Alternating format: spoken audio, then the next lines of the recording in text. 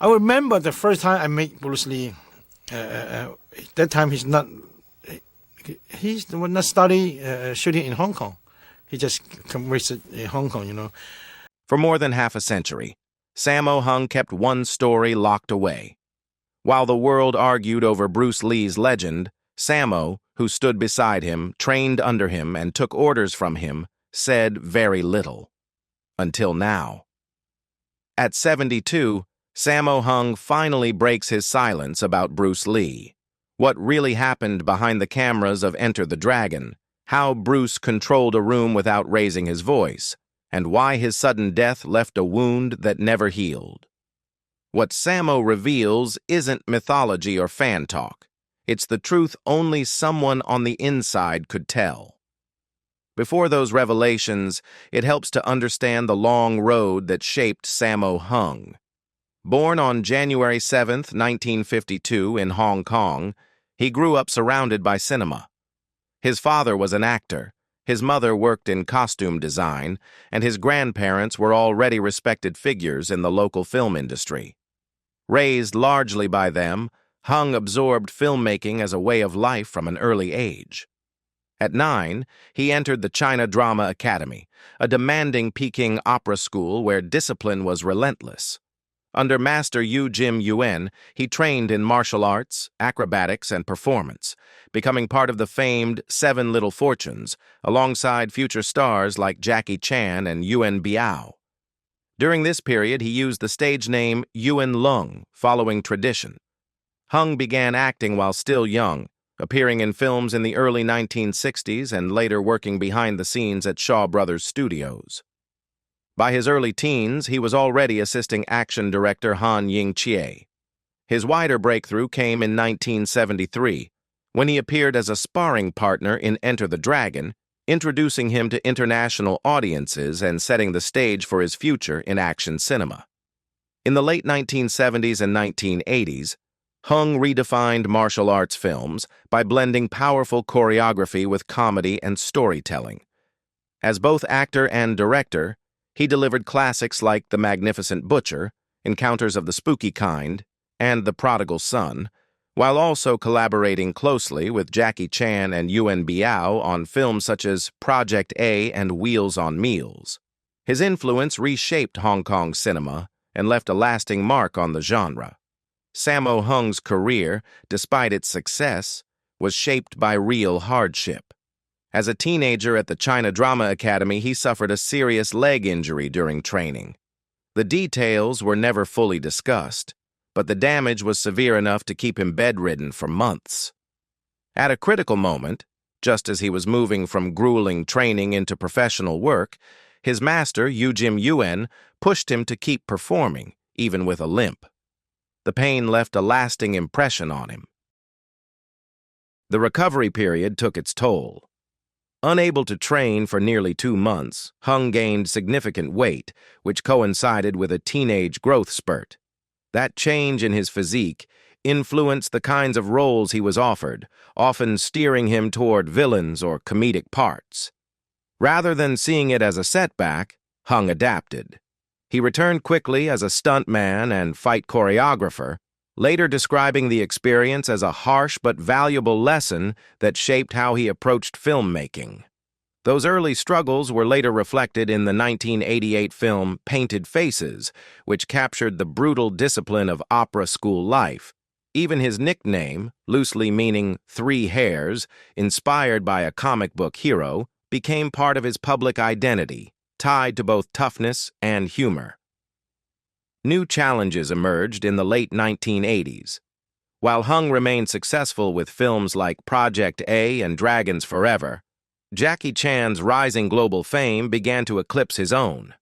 As Chan's international profile soared, several of Hung's early 1990s projects failed at the box office, creating strain both commercially and personally. Still, Hung stayed active, working on and off camera and adjusting to a shifting industry. Financial pressure followed. His production company, Boho Films, struggled, and when funding collapsed on later projects, Golden Harvest ended their long partnership. Forced to adapt once again, Hung shifted his focus toward action choreography, directing, and mentoring younger performers. Despite years of setbacks, Sammo Hung found renewed success in the late 1990s with the American TV series Martial Law, 1998 to 2000, which introduced him to a wider Western audience. Although the exposure was significant, he eventually left the show, dissatisfied with the direction of the writing. In the years that followed, Hung experienced another creative revival. His work as an action choreographer on Ip Man, 2008, and its sequels brought him back into the spotlight, and in 2016 he returned to directing with The Bodyguard after nearly 2 decades away. Roles in films like Call of Heroes, 2016, and God of War, 2017, confirmed that his screen presence and skill had not faded. His influence on martial arts cinema has been widely recognized, including a Lifetime Achievement Award at the New York Asian Film Festival in 2010. Beyond his own performances, Hung has shaped the genre by training and mentoring generations of actors and stunt performers. Hung's personal life, however, was often marked by strain. He married Jo Yoon-ok in 1973, and they had 4 children together. After 21 years, the marriage ended in divorce in 1994 during a turbulent period in his career as Hong Kong cinema declined. Soon after, he began a relationship with Joyce Godenzi, a former Miss Hong Kong whom he had worked with on Eastern Condors, 1987. Their professional collaboration turned personal, and they married in 1995. Despite the pressures of fame and working closely together, their relationship endured. Balancing work and family was never easy. Long filming schedules kept Hung away from home, something he later said he regretted, especially during his children's early years. As some of them entered the entertainment industry themselves, most notably his son Sammy, Hung learned to navigate the dual role of father and mentor. Health issues added another turning point. In 2010, Hung underwent emergency heart surgery linked to long-term weight and lifestyle problems. The scare forced him to slow down, reassess his priorities, and place greater importance on his health and family. Now let's turn to Bruce Lee. Born Lee Jun-fan on November 27, 1940 in San Francisco, he would grow into one of the most influential martial artists and cultural icons of the 20th century. His father, Lee Hoi-chuen, was a Cantonese opera singer, and his mother, Grace Ho, came from a Eurasian background. Bruce was born during the Hour of the Dragon, a detail that later inspired his lifelong nickname, Little Dragon. Soon after his birth, the family returned to Hong Kong, where Bruce spent most of his childhood surrounded by theater and film. His exposure to cinema began almost immediately. At just 3 months old, he appeared in Golden Gate Girl, 1941, and over the next decade he acted in roughly 20 films. His first major role came in The Kid, 1950, where he starred alongside his father, marking him as a recognizable child actor in Hong Kong cinema. Yet early fame did not shield him from hardship. Bruce struggled with insecurity because of his mixed heritage and was often teased for his appearance. Feeling like an outsider fueled a deep need to prove himself. As a teenager, bullying intensified, particularly from British schoolmates who targeted his size and background. Seeking protection and belonging, Bruce drifted into street fighting and gang life, where confrontations became frequent. That rebellious period reached a breaking point in 1958, when a rooftop fight with a rival martial arts student escalated into a police matter. The incident forced his mother to intervene and confront the consequences of his behavior. Bruce Lee's rebellious streak carried into his school years as well. He attended several elite institutions in Hong Kong, including LaSalle College and St. Francis Xavier's College, but struggled with discipline and academics. Teachers often described him as stubborn and unfocused, and repeated clashes with authority eventually led to multiple expulsions. What school could not provide, he found elsewhere: structure, purpose, and direction through martial arts. At age 13, Bruce began training in Wing Chun under Master Yip Man. The close-range, efficient style suited his build and temperament perfectly. Under Yip's guidance, Bruce developed speed, precision, and mental toughness. More than physical skill, the training gave him discipline and focus, qualities that began to reshape his life.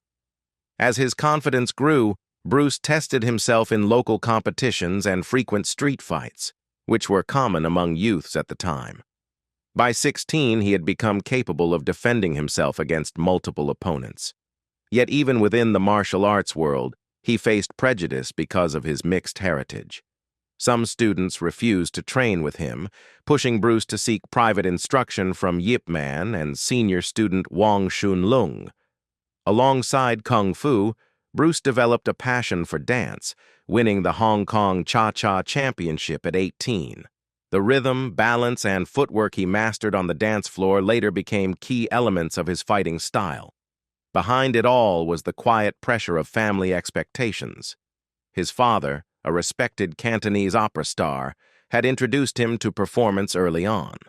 After repeated trouble at school and mounting problems with street fights, Bruce Lee's parents decided drastic action was needed.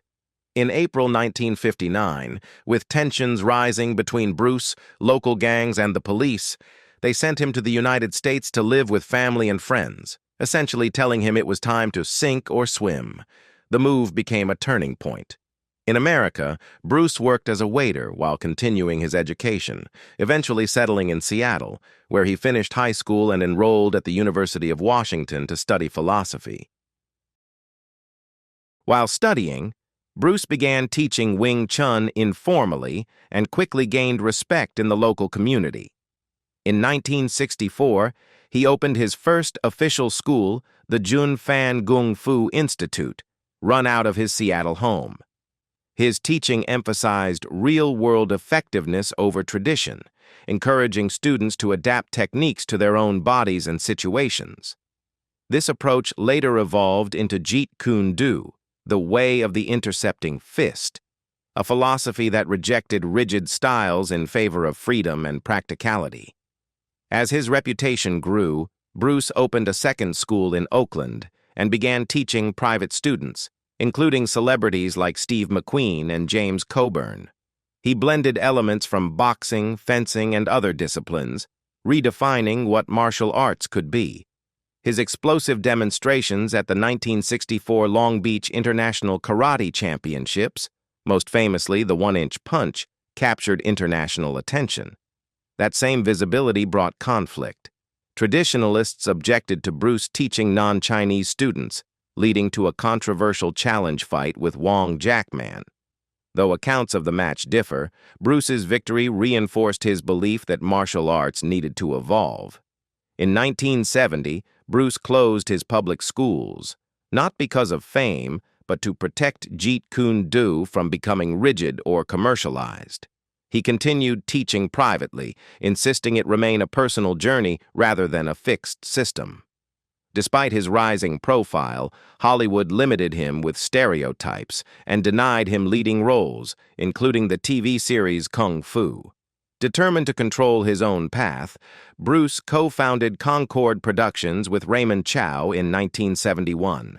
Through it, he wrote, directed, and starred in Way of the Dragon, 1972, featuring his iconic fight with Chuck Norris. The film's success led directly to Enter the Dragon, the first major Hong Kong-American co-production, and the movie that cemented Bruce Lee as a global legend.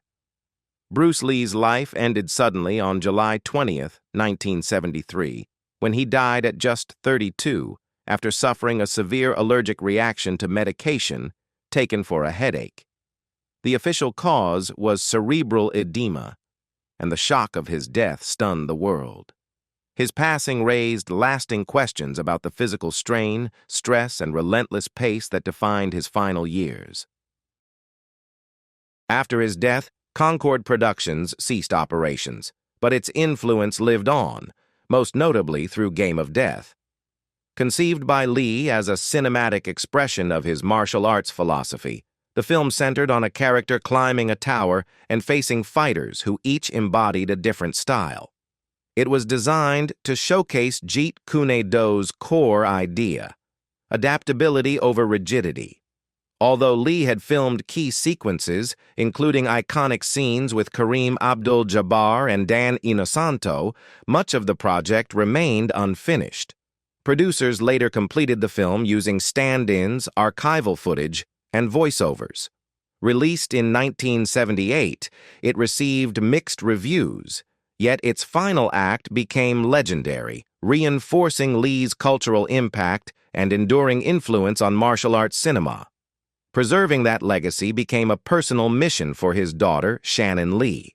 She revived one of her father's unrealized ideas, a television series he had pitched in the late 1960s about a martial artist in San Francisco's Chinatown.